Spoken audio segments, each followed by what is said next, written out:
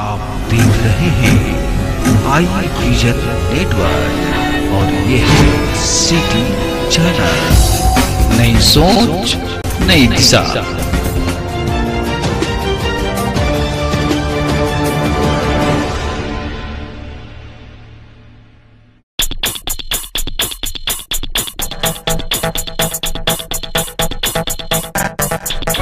वर्तमान में जो कोरोना संक्रमण के कारण स्थिति है उसकी समीक्षा लगातार माननीय मुख्यमंत्री के द्वारा की जा रही है। एक इम्पॉर्टेंट इशू जो मैंने कल भी एक्सप्लेन किया था कि जो क्वारंटाइन सेंटर्स हैं हम लोगों के, उसका क्या कॉन्सेप्ट है और क्यों वो बहुत महत्वपूर्ण है।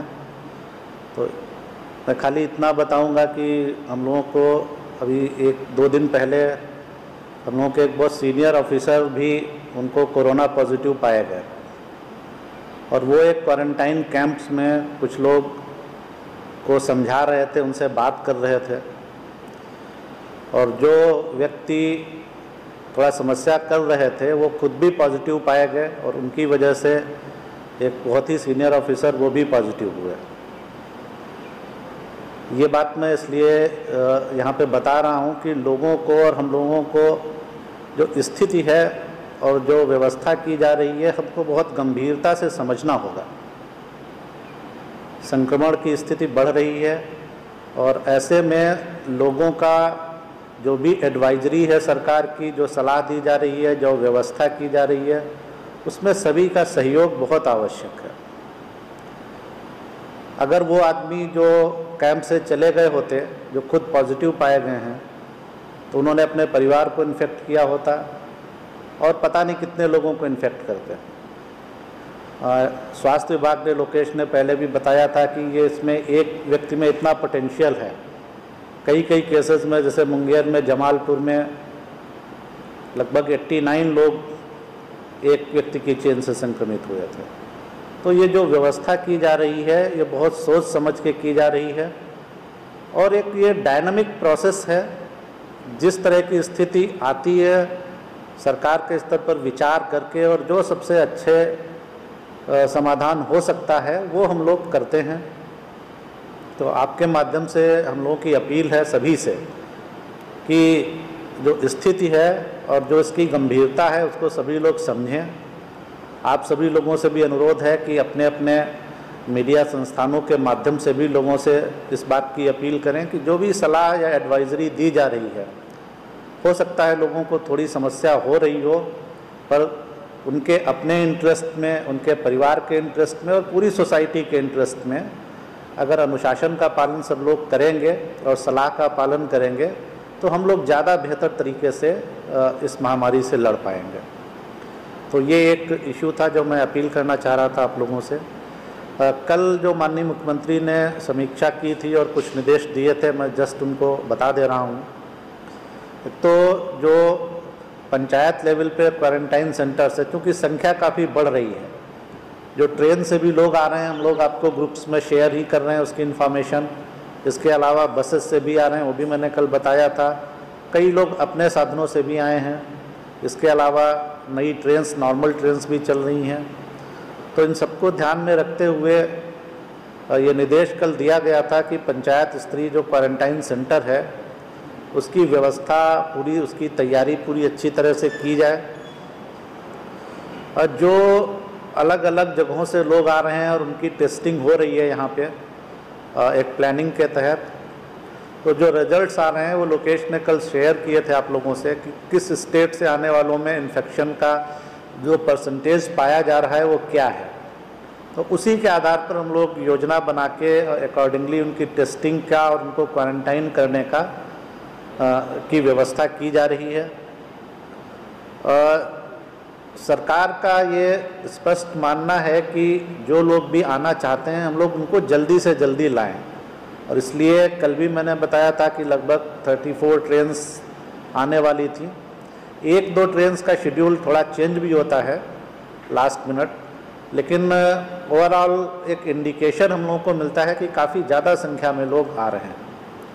तो इसलिए जितनी जल्दी लोग आ जाएंगे, क्योंकि जितना विलम्ब होगा उतना इन्फेक्शन स्प्रेड करेगा। जिन जगहों से ये लोग आ रहे हैं वहाँ कई जगह पे बहुत ज़्यादा इन्फेक्शन का लेवल है। तो इसलिए ये एक डिलिब्रेट डिसीजन था कि जल्दी से जल्दी लोग आएँ, और इसके लिए जो नोडल पदाधिकारी, नोडल विभाग है आपदा प्रबंधन विभाग, और उसके लिए ट्रांसपोर्ट सेक्रेटरी इसके नोडल हैं, सभी लोग बहुत मेहनत कर रहे हैं। सभी जिला पदाधिकारी बहुत मेहनत कर रहे हैं। आप समझ रहे हैं कि एक दिन में जितने लोग आ रहे हैं उनको वहाँ पर हैंडल करना ये बहुत चुनौतीपूर्ण कार्य है, लेकिन इसको किया जा रहा है।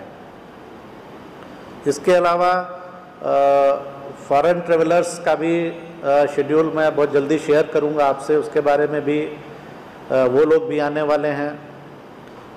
और अन्य जो भी आवश्यक व्यवस्था जो भी समझी जा रही है, प्रतिदिन इसकी समीक्षा की जाती है और परिस्थिति के हिसाब से निर्णय लिए जा रहे हैं।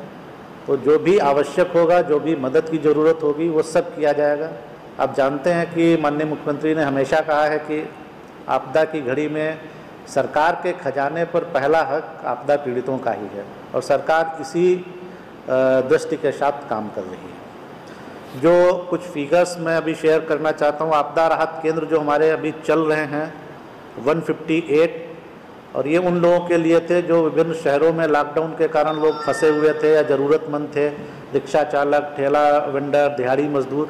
इनमें अभी लगभग 74,000 लोग इसका लाभ उठा रहे हैं। जो ब्लॉक क्वारंटाइन सेंटर हैं उसकी संख्या बढ़ के आज 5,162 हो गई है, 5,162, और इनमें रहने वाले लोग जो कल 2.25 लाख थे उनकी संख्या बढ़ के 2,70,294। इतने लोग अभी ब्लॉक स्तरीय क्वारंटाइन सेंटर में आवासित हो गए हैं। जो हम लोगों को कॉल्स और मैसेजेस आ रहे हैं, लगभग 2,03,000 आए हैं, जिनमें करीब 28 लाख लोग हैं, 27,91,000। उनमें भी, उनके लिए भी उनकी जो समस्याएं हैं लगातार बात करके उनका निराकरण कराया जा रहा है।